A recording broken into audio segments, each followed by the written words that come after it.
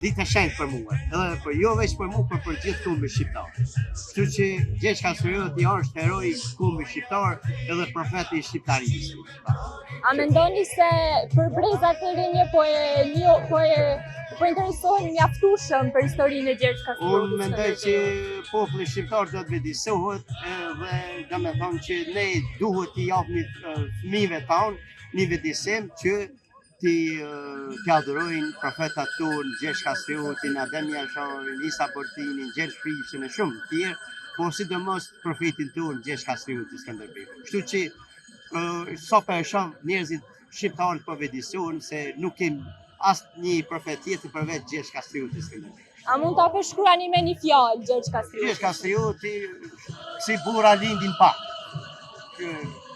Shkon me mira vite kur lind si burri, si trinje. Se ky ka qenë trem, edhe ja ka tregu rrugën Osmanlive, me shpallën e tij të lavdishme, edhe ka qenë trem, edhe ka pas Zotin me veti, kështu që unë jam adhurues dhe është profeti i jemi, i Gjergj Kastriotit Skënderbeu.